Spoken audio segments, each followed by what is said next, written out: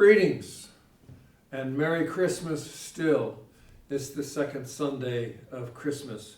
My name is Cameron Miller and this is Trinity Place in Geneva, New York. Welcome. We're glad you're here. So, I try to understand. I really do. I read and I reread. I read and I reread about cool new information coming to us from the study of black holes.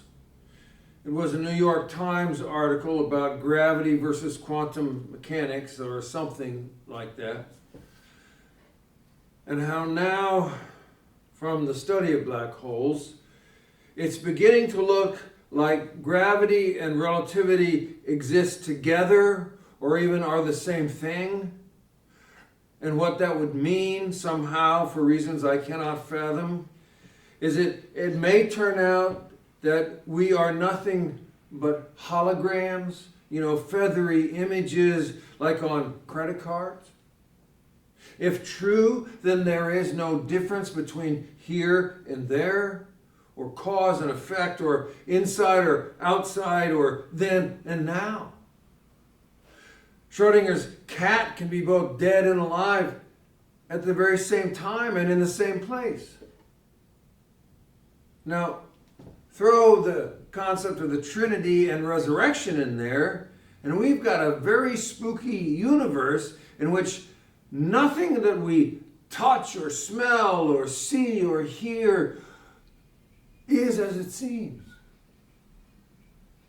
If I'm being brutally honest with you, I do not understand a great deal of Christian theological claims any more than I understand a lot of physics. And they're related, of course, because both theology and physics attempt to understand and explain the world as we know it, or we think we know it. And actually, they attempt to explain the unseen world that is at the end of our fingertips or our vision. But I'm a preacher. And I much prefer Anne Sexton's attempt in that poem that she had to draw a circle around a particular kind of experience, the pleasant surprise of joy evoked by a God shot of gratitude. Anne is all in the flesh of the moment. Even if we are only holograms and this is actually then rather than now, it is the flesh of the moment and having skin in the game that tells us we're alive and that God is in the moment with us. I'll just read to you from that poem, Welcome Morning by Anne Sexton. This is an excerpt. In the chapel of eggs I cook each morning, in the outcry from the kettle that heats my coffee each morning, in the spoon and the chair that cry, hello there, Anne, each morning, in the Godhead of the table that I set my silver plate cup upon each morning. All of this is God, right here in my pea green house each morning. And I mean, though often forget, to give thanks, to faint down by the kitchen table in prayer of rejoicing. So while I think of it, let me paint a thank you on my palm for this God, this laughter of the morning, lest it go unspoken. The joy that isn't shared, I've heard, dies young. Now there's a theology I can understand. And it is the invitation that I want to offer all of us as we stand here on the first step of the new year, this January 1, 2023. Take it or leave it, it's up to you. But an incarnational religion, which is what we are, believes, seeks to experience, and looks to make better an existence wrapped in a bag of flesh and among other enfleshed creatures. Incarnation, as I said on Advent 4, means simply in the body. It isn't only Jesus that is incarnate.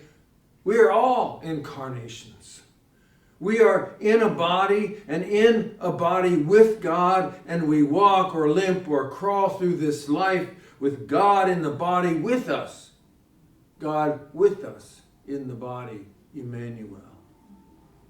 And it is in those moments when we suddenly, more often than not, out of nowhere, experience God in this body with us, that we are jolted with joy.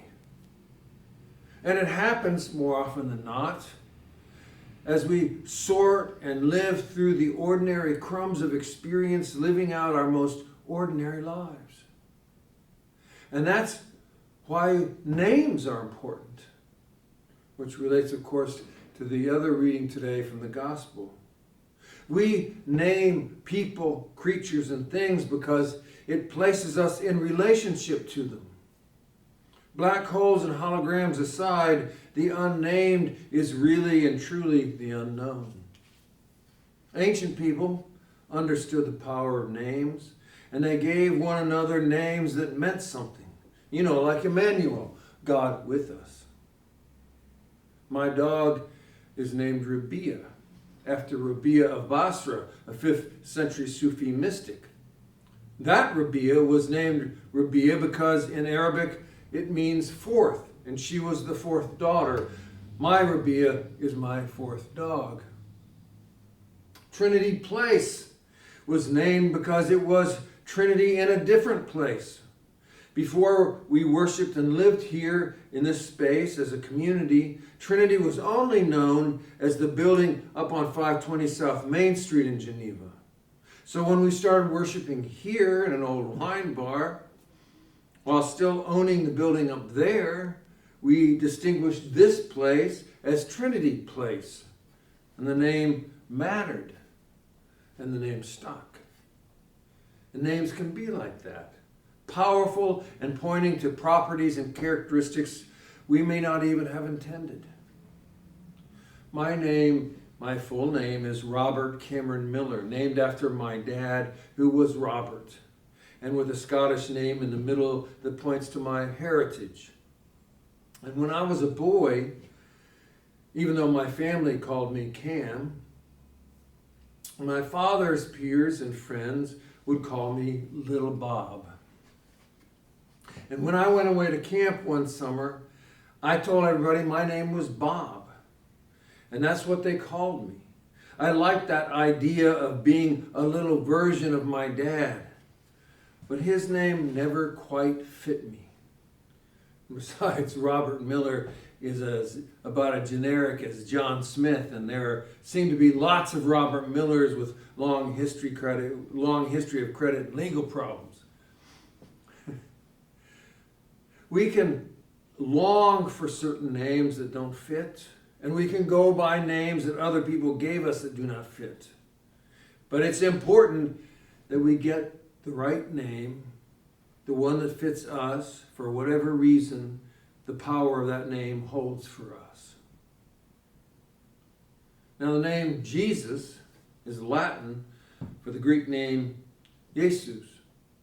Jesus, instead of Jesus, became the norm of Christianity because Christianity became Romanized, and Latin, of course, was the language of the empire. So the meaning of the name Jesus now includes the colonial nature of a religion swallowed by an empire. But neither the Greek Jesus nor the Latin Jesus was his name. Jesus had a Hebrew name, not a Greek or a Latin name. And the Hebrew name was Joshua. But since there's no J sound in ancient Hebrew, it was Yeshua. And like all names, and especially all ancient names, Yeshua had a meaning. It meant God saves. Or more precisely, Jehovah is salvation.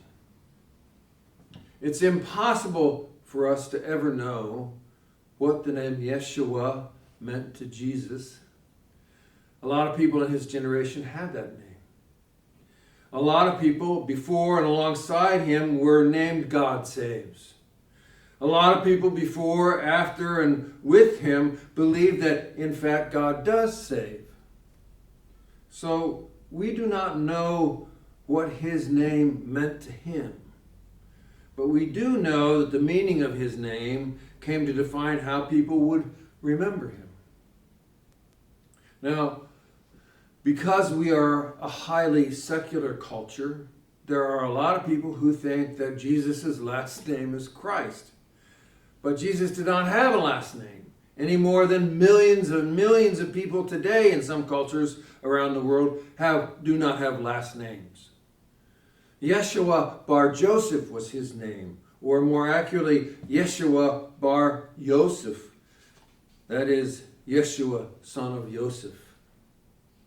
We can see why the scandal of Joseph not being the father of Yeshua in a patriarchal society would be so traumatic. He would be bar nothing, son of no one. Instead, he became bar God, son of God. But Yeshua, long after his death on the cross, began to receive a little title alongside his actual name, Yeshua Messias, or Hebrew for Messiah. But we also know that the title Messias got changed like the name Yeshua did. It became the Greek form Christos or Christ. So Messias means in Hebrew literally anointed one. And when we say Yeshua Messias or Jesus Christ, we mean them as synonymous. In our world, to say Jesus is to say Christ, and to say Christ is to mean Jesus. That's because the Roman Empire spread, inspired, converted, and coerced that version of Christianity all across the globe until you and I and most of the modern world took for granted that Jesus means Christ and vice versa. Even those who do not believe that Jesus means Christ know that those two are synonymous for Christians. Jesus or Christ or Jesus Christ is one heck of a powerful name because it's loaded to the brim with meanings.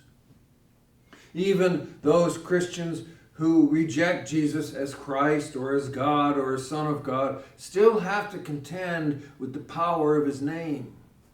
What is the meaning of his name for us?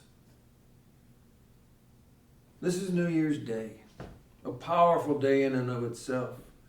The first day of the new year, loaded with meaning, and I think a propitious moment to ponder these things. What is the meaning of your name? Does your name or what people call you fit? What's the meaning of the name Jesus? Does the meaning you give that name fit the relationship you desire with that wisdom or that man or that God? I invite and encourage us to ponder these things. Our own name and his, what they mean, whether the meaning fits, and what we want them to be. As old as many of us are in this place, it's not too late to ponder these things.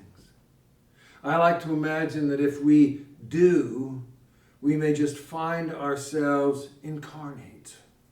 A moment of joy in which we experience God in the body with us, Emmanuel. So for the first time, or for the last time rather, until next December, Merry Christmas. And peace be with you. Thank you.